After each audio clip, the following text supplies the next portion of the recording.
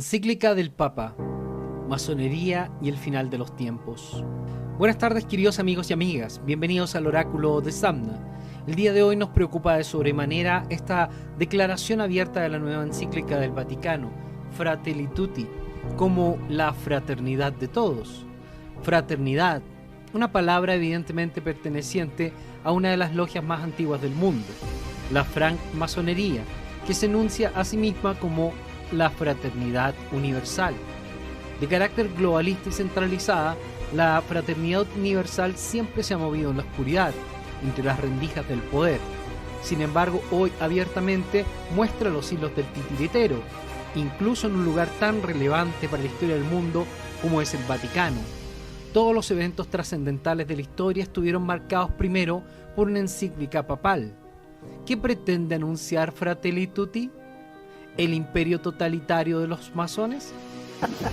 Como esta es una charla de amigos, sin café pero con agua, y no va a salir en ninguna parte, Jofre ahora prometió que va a hablar de quiénes son los impresentables argentinos, no hablemos de los otros porque no los conocemos, los otros extranjeros impresentables que rodean al Papa. ¿Te acuerdas cuando salieron al aire las llamadas telefónicas en medio por las negociaciones con Irán? Sí, claro. Hay una charla de Yusuf, ¿te acuerdas de Yusuf? Sí, sí, que habla con de la verdulería. Karim no sé cuánto. Lo publicó La Nación y después desapareció. Yusuf le cuenta a Karim que había tenido un encuentro con el jefe de la inteligencia del Vaticano acá, porque Bergoglio tiene un jefe de inteligencia acá, yo lo conozco. El jefe de inteligencia... ¿Es un cura o un civil? El jefe de inteligencia le dice a Yusuf que él es masón, él, el jefe de inteligencia, y el Papa también. Eso salió en La Nación, lo podíamos escuchar, yo lo he escuchado, y lo hice porque no podía dar crédito. No me asustan los masones, porque finalmente vos y yo sabemos, y vos también, que en este país hubo mucho masón, en las presidencias. Mucho presidente masón. Mucho presidente masón, y grandes presidentes algunos de ellos. Pero una cosa es ser presidente de la República Argentina. Muchos ministros masones actuales. Sí, ya sé. Por eso, no me has leído, Roberto. No me has leído El Escarmiento, por ejemplo. No, pero yo digo de la actualidad. De la actualidad, no tengo nada. Ah, sí. No averiguando. No, porque hay una curiosidad. Vos tenés masones muy católicos, según vos, Bergoglio, y hay masones de origen judío. Te digo, todos reunidos en Malta. Un tipo que los grandes, ¿no? Todo el día con Vera. Sí. Y Vera es un personaje casi modesto, por no decir siniestro. Ese entra a Santa Marta. El mismo Marcelito. ¿Estás hablando? De Marcelito Sánchez Orondo, que andaba corriendo detrás de ciertos embajadores argentinos en el Vaticano. Bueno, para recomendarle seguramente lugares. No, la Jaliba. No tenemos nadie más. Jaliba, eso es valija. Sí, siempre hay, Roberto. Pero la verdad que iba a Malta. Lo dejamos, ¿la carne? lo dejamos al Papa acá porque esto está tomando una temperatura que no estaba prevista en este caso. ¿No son acaso los valores del cristianismo totalmente opuestos a los valores de este tipo de logias? Si pensabas que el mundo no era ya un lugar lo suficientemente turbio, lo que te voy a contar a continuación va a marcar una gran diferencia. ¿Qué pasa si te digo que el mundo está totalmente controlado por las grandes logias? ¿Qué pensarías al saber que Francisco Bergoglio, quien renunció al título de vicario de Cristo, está detrás de un plan que anuncia el fin del mundo? No escuches lo que dicen, mira lo que hacen. ¿Y qué está haciendo Bergoglio? Declarar al mundo bajo los valores y preceptos de la masonería. Los masones afirman que el poder político no es objeto de la masonería. Pero, ¿sabías que es mucho más probable que un masón llegue a un cargo político que una persona común y corriente? Volgersi nella politica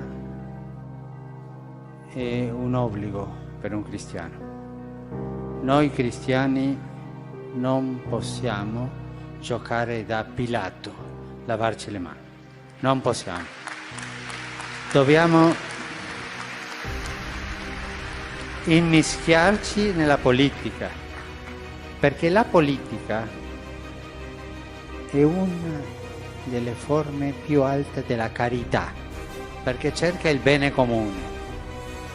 E i laici cristiani devono lavorare in politica. Lei mi dirà, ma non è facile, ma neppure è facile diventare prete.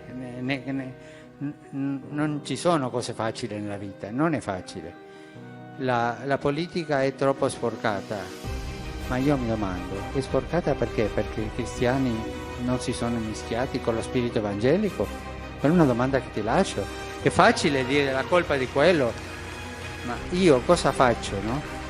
Ma è un dovere. Lavorare per il bene comune è un dovere di un cristiano. E tante volte la strada per lavorare è la politica.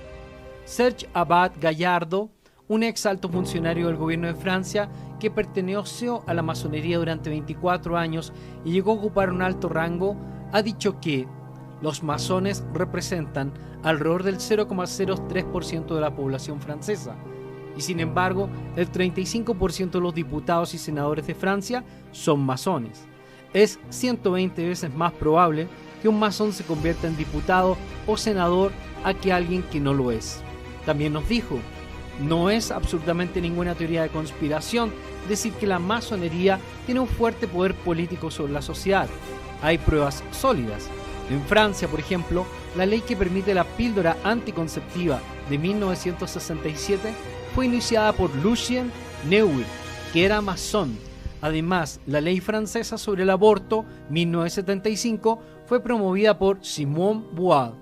No sé si ella misma era masón, pero al menos abiertamente estaba muy cerca de los ideales masónicos, ya que recibió vibrantes tributos de las más grandes logias masónicas francesas en su muerte en el 2017. Según muchos expertos, la encíclica del Papa Fratelli Tutti es el anteproyecto masónico para el nuevo orden mundial, completo con esa herejía fundamental que abraza a todas las religiones como instrumentos del único Dios en quien todos creemos, musulmanes, judíos y cristianos, el gran arquitecto. A continuación vamos a leer algunos de los pasajes. Las diferentes religiones basadas en el respeto a cada ser humano como criatura llamada a ser hijo de Dios contribuyen significativamente a construir la fraternidad y defender la justicia en la sociedad. El diálogo entre los seguidores de diferentes religiones no tiene lugar simplemente por el bien de la diplomacia, la consideración o la tolerancia. En palabras de los obispos de la India, el objetivo del diálogo es establecer la amistad, la paz y la armonía y compartir valores y experiencias espirituales y morales en un espíritu de verdad y amor. La Iglesia valora las formas en que Dios obra en otras religiones y nada rechaza de lo verdadero y santo en estas religiones. Ella tiene un gran respeto por su forma de vida y conducta, sus preceptos y doctrinas que a menudo reflejan un rayo de esa verdad que ilumina a todos los hombres y mujeres. Un viaje de paz es posible entre religiones. Su punto de partida debe ser la forma que Dios ve las cosas. Dios no ve con sus ojos, Dios ve con su corazón. Y el amor de Dios es el mismo para todos, independiente de la religión, incluso a los ateos. Su amor es el mismo.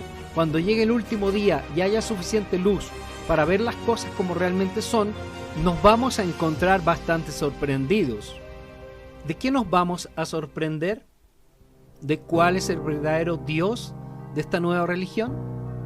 Se trata de la agenda masónica, la hermandad universal del hombre, este nuevo humanismo ateo que Pablo VI llamó Vaticano II, pero que el cardenal Suenens declaró la Revolución Francesa de la Iglesia, ya que intenta incluir todos los sabores de religión e incluso ateísmo y antivalores en la búsqueda de la nueva fraternidad que no tiene a los principios bíblicos como su cabeza. La Escritura es clara y al respecto nos dice: no todo el que me dice Señor entrará en el reino de los cielos, mas el que hiciere la voluntad de mi Padre que está en los cielos. Mateo 7:21. El ecumenismo nos predica una hermosa y gloriosa unión. Desafortunadamente, esa unión o ecumenicidad no es para fortalecer el cristianismo, sino al contrario, para destruirlo. El Vaticano es el país más pequeño del mundo, tanto en extensión como en población, con tan solo 0,44 kilómetros cuadrados de superficie y 4 kilómetros de fronteras. Tiene apenas 900 habitantes. Pero, según la Oficina Central de Estadísticas de la Iglesia, en una población mundial de 7.500 millones, los católicos bautizados serían sobre 1.300 millones, el 17,7% de la población del mundo. Cerca de 1 de cada 5 personas del mundo se considera de la religión católica. Estos datos impresionantes nos dejan saber el gran poder y posición que tendría el Vaticano alrededor del mundo. Un dato no menor es que el actual Papa Jorge Bergoglio es el primer Papa jesuita. ¿Es acaso el Papa Negro del cual hablan las profecías de San Malaquías? Casualmente coinciden absolutamente en todo. Los jesuitas parecen cualquier cosa excepto personas de valor moral o religioso. El juramento jesuita es uno de los más execrables enunciados que dista mucho de los valores del cristianismo. Yo declaro que no tengo opinión o voluntad propia, pero sin duda alguna obedeceré cada orden que yo reciba de mis superiores en la milicia del Papa y de Jesucristo. Aún más, prometo y declaro que cuando se dé la oportunidad, conduciré una guerra implacable, ya sea secreta o públicamente, en contra de los herejes, de los protestantes y de los liberales, como he sido instruido para hacer, exterminar y destruirlos de la faz de la tierra, y no haré diferencia en edad, sexo o clase, y ahorcaré, quemaré, herviré, cocinaré, pelaré, estrangularé y enterraré a esos herejes vergonzosos, destrozaré sus estómagos y los úteros de sus esposas, y aplastaré contra la pared la cabeza de sus hijos, con el propósito de destruir por siempre su horrible raza. Si esto no puedo hacerlo abiertamente, administraré de manera secreta tazas con veneno, la cuerda de la horca, el acero de la daga, el plomo de la bala, sin importar el honor, el rango o la autoridad de la persona o personas, tal como sea instruido en cualquier momento por un agente del Papa o de un superior de la Hermandad de la Fe Sagrada de la Orden de los Jesuitas. En confirmación de esto, yo dedico mi vida y mi alma y todos mis poderes corporales, y con esta daga que hoy recibo, yo suscribiré mi nombre, escrito con mi propia sangre, como testimonio, y si muestro falsedad o debilidad en mi determinación, que sean mis compañeros soldados de la milicia del Papa quienes corten mis manos y mis pies y mi garganta de oreja a oreja, que abran mi estómago, me quemen con sulfuro, con todo el castigo que pueda ser infligido en mí en esta tierra, y que mi alma sea torturada por demonios por siempre en el infierno eterno. Este juramento también lo realizó Francisco Bergoglio para los jesuitas. Los jesuitas han sido por años más que una institución religiosa dentro del catolicismo, sino que también es conocido porque están fuertemente ligados a grupos intelectuales progresistas y suelen mucho también tener influencia en hartos cargos políticos alrededor del mundo. ¿Sabías además que los jesuitas fueron expulsados de la Iglesia Católica por conspiración? Uno de los datos más llamativos de la situación de la Compañía de Jesús en el siglo XXI es la pérdida de 30.000 miembros en los últimos 25 años.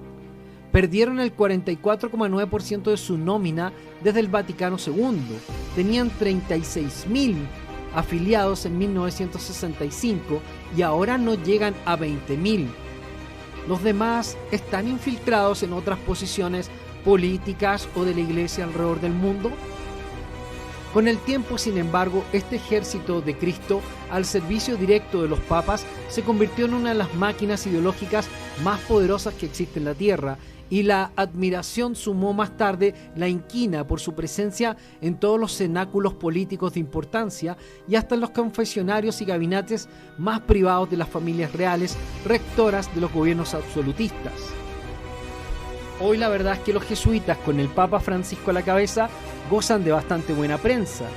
Y es que en los últimos años, de fuerza de choque de los papas del Vaticano y de cuerpos de élite de la Iglesia Católica, los jesuitas han pasado a ser sospechosos del progresismo. Por si fuera poco, los ejercicios espirituales de San Ignacio, libro del cual se declaró admirador Lenin, se edita regularmente en las escuelas de negocios y el peso de los jesuitas en la vida social en todo el mundo y particularmente en la enseñanza les está prestando un prestigio entre los no creyentes o los más alejados del núcleo duro de la Iglesia. Es interesante que muchos teólogos e investigadores afirman que las iniciaciones y ejercicios de los jesuitas son similares a las de los masones. La masonería se caracteriza por su relativismo religioso, filosófico y moral, público y privado, y estas características no impiden el diálogo y permiten la influencia en los diferentes dogmas religiosos.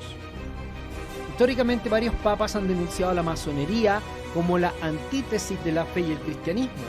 Desde 1738 y la publicación de In Eminenti Apostolatus, los católicos tenían prohibido unirse a ellos.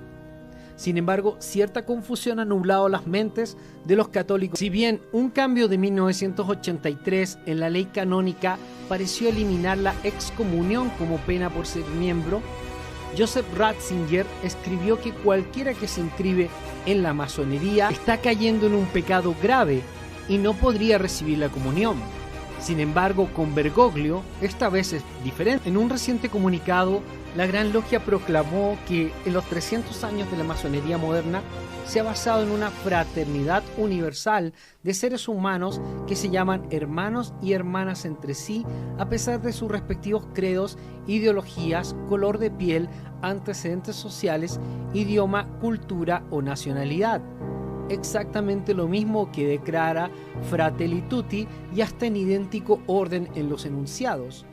En Fratelli Tutti, el Papa abraza la fraternidad universal y gran principio de la francmasonería moderna.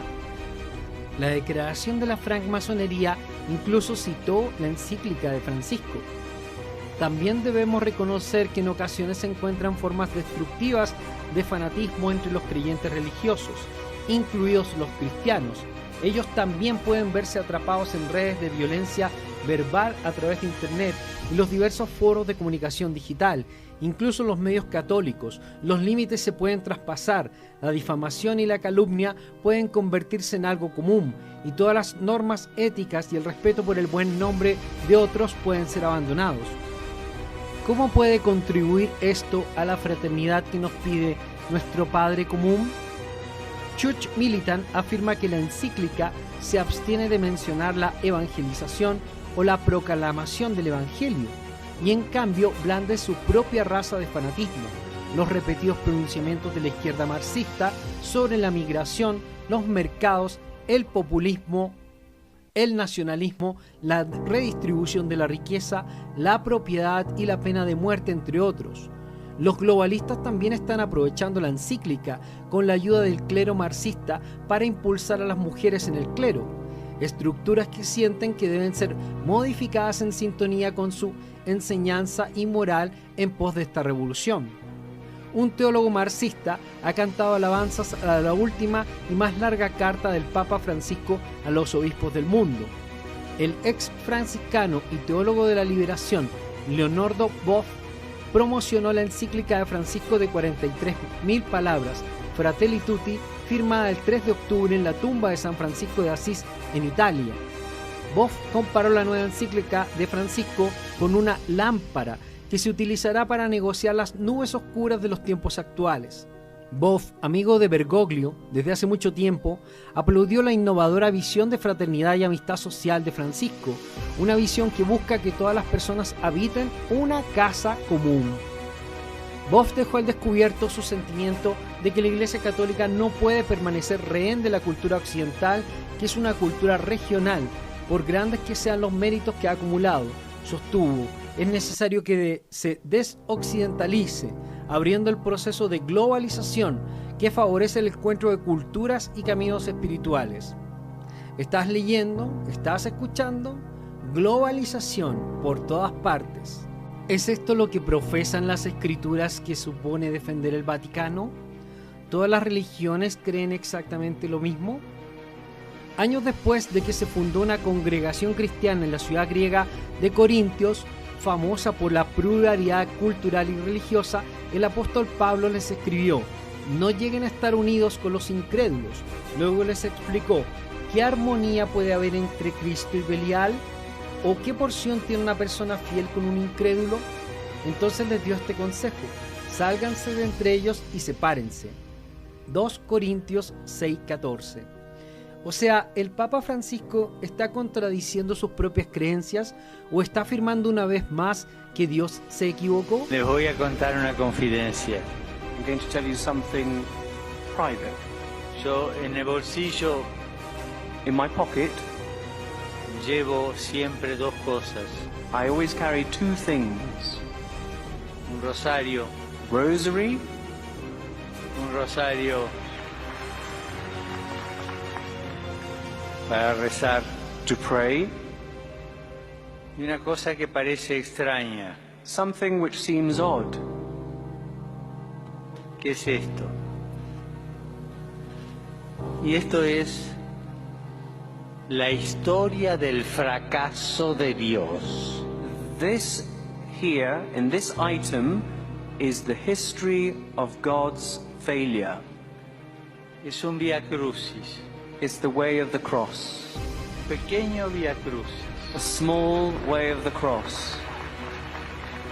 Es como Jesús fue sufriendo As Jesus suffered desde que lo condenaron a muerte when they condemned him, hasta que fue Right up. sepultado. to where, when he was buried, Con estas 2 cosas with these 2 things, me arreglo como puedo. I do the best I can.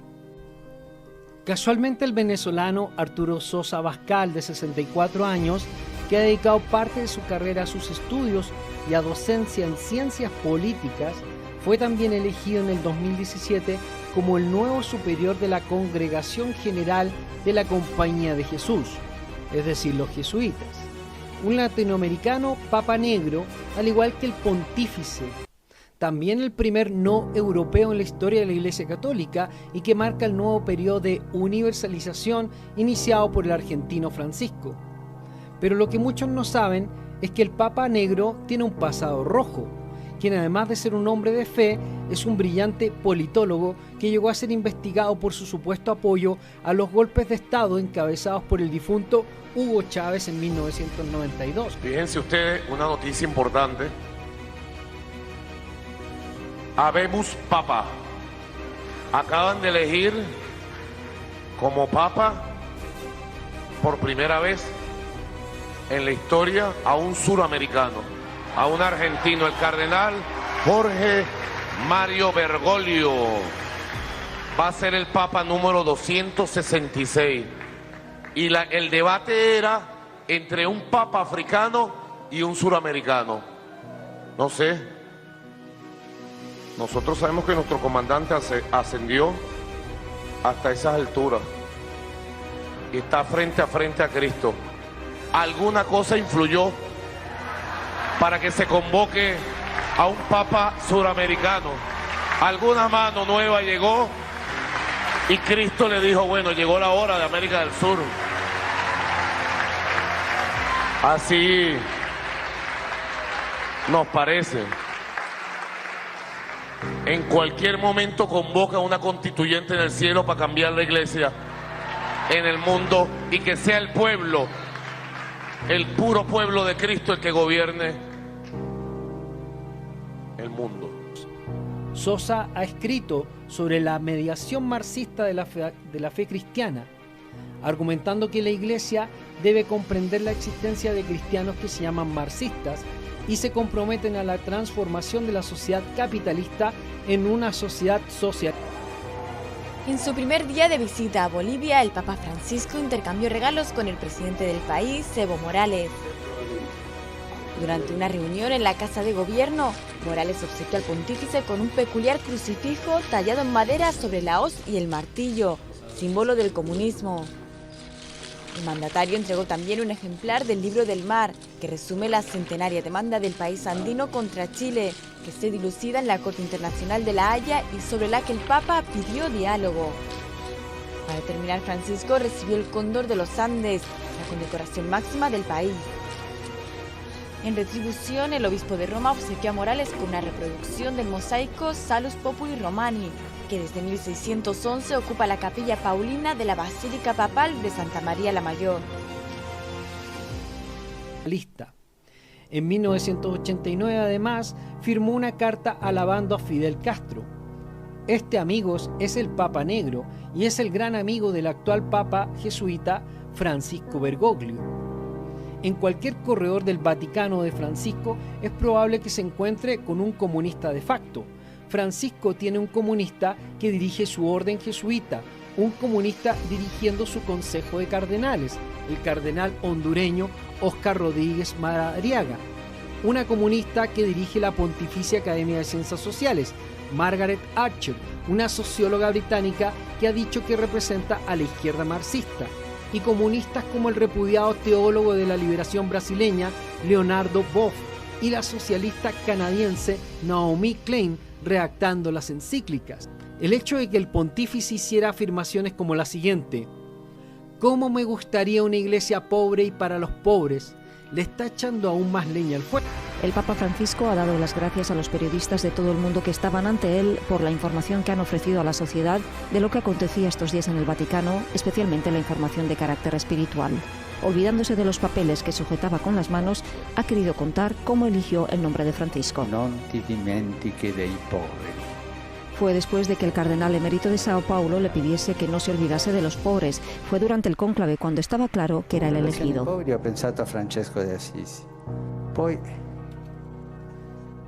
ho pensato alle guerre. Francesco è l'uomo della pace.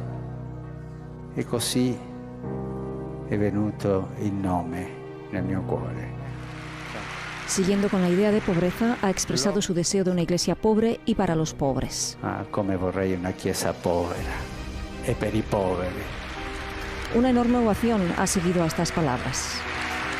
La mayoría de los presentes eran periodistas habituales en el Vaticano y quienes habían acudido expresamente para el cónclave.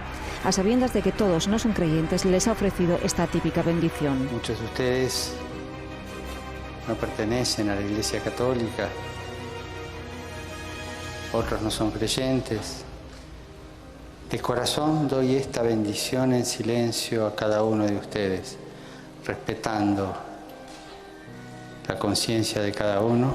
Hoy el encuentro ha sido con los periodistas. El sábado que viene visitará al Papa emérito Benedicto. Acudirá a Castel Gandolfo, donde almorzarán juntos. Cuesta creer que el Vaticano comulgase con las opiniones del Papa en cuanto a lograr una iglesia pobre, teniendo en cuenta la opulencia del pequeño y poderoso Estado, la influencia del IOR, la banca vaticana y los turbios asuntos relacionados con el dinero negro que han salido a la luz. Pero entonces, ¿cuál es el plan de Jorge Bergoglio? ¿Qué declara con esta encíclica? ¿Neomarxismo totalitario? ¿Fraternidad universal? ¿Globalización? ¿O quizás todo un poco, todo es lo mismo? Según las profecías del arzobispo San Malaquías de Armagh irlandés, el Papa Francisco sería el pontífice del fin del mundo. El santo irlandés predijo 113 papas a partir de su muerte y el argentino Bergoglio es el último. Luego del cual vendría Pedro el Romano, con quien termina la saga pontificia y comienza el tiempo del final. Para más coincidencias, el propio Francisco dijo en su presentación ante la multitud en la Piazza San Pedro en su elección: me han ido a buscar hasta el fin del mundo. ¿Una sintonía con la profecía de San Malaquías o una ubicación de la situación del país? En Apocalipsis 17:1 nos dice: vino uno de los 7 ángeles que tenían las 7 copas y habló conmigo y me dijo: ven, te mostraré el juicio de la gran ramera que está sentada sobre muchas aguas. Los capítulos 17 y 18 del Apocalipsis hacen sorprendentes profecías acerca de la gran ramera o la ramera de Babilonia que surgirá en los últimos días desde la ciudad de las 7 colinas. Roma fue construida sobre 7 colinas. Es por esto que a lo largo de la historia Roma ha sido identificada como la ciudad de las 7 colinas mencionadas en el Apocalipsis. En base a esto, los protestantes han acusado durante siglos a la Iglesia Católica de ser la ramera de Babilonia. Sin embargo, lo que describe a la ramera de Babilonia es una contra-Iglesia Católica, que surgirá en los últimos días con el fin de engañar a los católicos, los verdaderos fieles, hollando la fe y cometiendo fornicación espiritual. En Apocalipsis 17:15 dice: y me dijo, las aguas que ves, sobre las cuales está sentada la ramera, son los pueblos, las muchedumbres, las naciones y las lenguas. Pueblos, naciones y lenguas son indicativos de la influencia global, algo que tiene influencia en todos los confines de la tierra. Inmediatamente se vienen a la mente Roma y la Iglesia Católica.